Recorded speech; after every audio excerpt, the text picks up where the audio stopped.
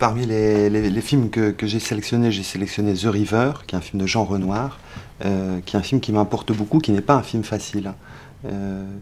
J'ai tendance à penser à ce film comme un film expérimental, et en même temps, à sa sortie, c'est un film qui a eu un grand succès, surtout outre-Atlantique et en Angleterre, puisque c'est un film qui est en langue anglaise, un film de Renoir en langue anglaise, et le film date de 1950, et il vient terminer la période américaine.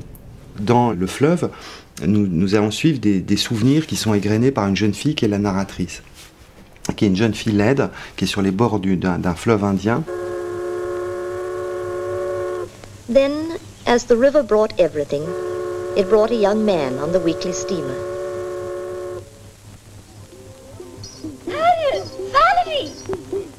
He's come! Who? The American! Mr. Joe's cousin!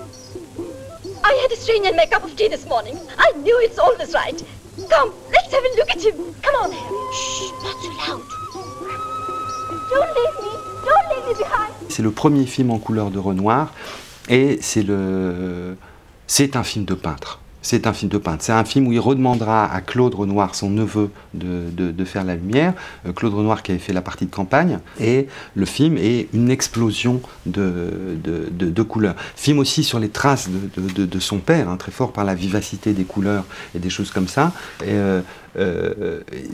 Procédé Technicolor, ils partent à Londres tous les deux avec Claude Renoir pour faire des stages Technicolor pour arriver blindés au tournage. Ils tournent dans des conditions assez extrêmes, parce qu'ils tournent avec les gros blimps, avec des caméras très très lourdes. Au début, ils n'ont pas assez d'argent, donc il y a très peu de mouvement dans le film. Il y a plus des plans fixes. La caméra, la grue n'arrivera que tardivement, et la caméra était si lourde qu'il était difficile de la déplacer. C'est Eugène Lourier, un des collaborateurs très fameux de Renoir, qui fera carrière aux États-Unis, qui est décorateur, et on sait comment, sur le tournage, Jean Renoir faisait acheter des pots de peinture verte et il repeignait l'herbe. Il disait tout le temps à Lourier, c'est pas assez coloré, il faut aller repeindre l'herbe, repeindre les arbres en marron pour qu'ils soient bien peints, repeindre les fleurs, de tout repeindre pour que on arrive vraiment à la perfection plastique qu'il cherchait. Le premier plan du film s'ouvre sur un dessin. Quand je dis c'est un manifeste, un film de peintre, ça s'ouvre sur une main qui peint à même le sol. Une part de l'émotion vient et j'y reviendrai, de ce fils de peintre qui enfin s'autorise à faire un film de peintre. Il y a cette question du vrai sur lequel je voulais mettre l'accent. C'est le vrai, parce que c'est la vraie Inde. Le film alors raconte donc cette histoire de cette famille et parfois décroche et part dans le documentaire. Il y a tous ces plans, ces scènes qui deviennent des scènes entières sur la vie indienne, qui aura été je parlais de film expérimental, qui aura été un grand choc pour le public américain, où tout d'un coup on se retrouve devant des films comme L'Homme d'Aran ou Nanook l'Esquimau, ou des choses comme ça. Tout d'un coup on est en Inde simplement et on voit les Indiens, comment est-ce qu'ils vivent.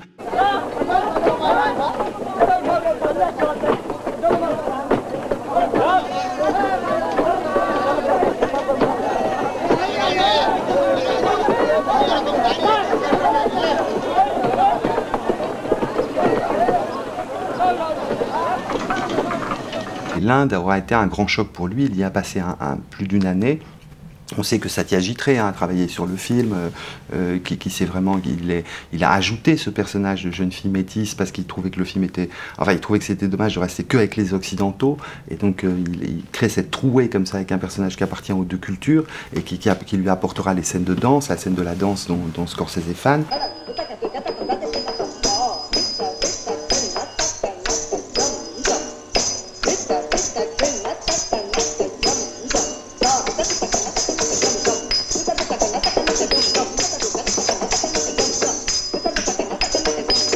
Là, c'est inspiré par cette jeune actrice, Radha, avec qui Renoir devient ami pendant la préparation. C'est elle qui l'initiera. Et Renoir dit, initié est un bien grand mot, je ne suis pas initié, je n'y connais rien, mais enfin, d'avoir été mis en contact avec la danse indienne, et qui lui semble importante, comme justement ces formes d'expression populaire française d'avant le Moyen-Âge, qui font dire, je vais inscrire ça au centre de mon film. Donc c'est vraiment parce qu'il se laisse influencer par l'Inde, et pas parce qu'il vient greffer un désir d'exotisme qui serait le sien. Tout le film est très doux, hein, comme The Dead, et le film n'est que sur l'humiliation, la cruauté, la mort, des choses comme ça. C'est montré avec une douceur, avec un élan comme ça. Alors là, on voit toute la famille qui est apaisée et qui dort. et parce que c'est l'heure de la sieste, et pendant ce temps-là, un enfant meurt. Voilà, c'est aussi simple que ça, et alors là on voit l'apport, enfin le travail de peintre que Renoir s'autorise à faire et comment Renoir s'autorise à penser à son père.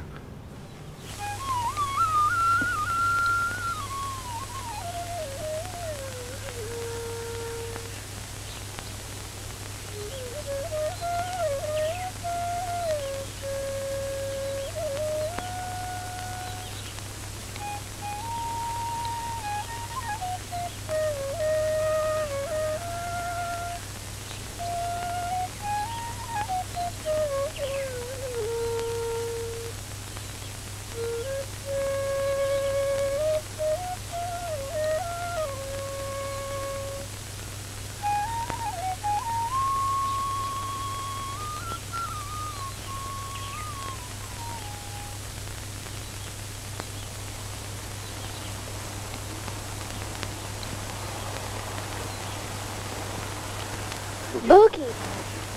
La mort du petit Boguet est vraiment c'est la part la plus indienne du film également. Il y a une acceptation de la mort, de la mort des enfants, une acceptation de la mort où Renoir fait une espèce de saut hors de l'Occident et arrive à retrouver une sagesse orientale. Le cycle de la vie et de la mort donc se met à tourner à travers la mort de cet enfant pendant qu'il meurt.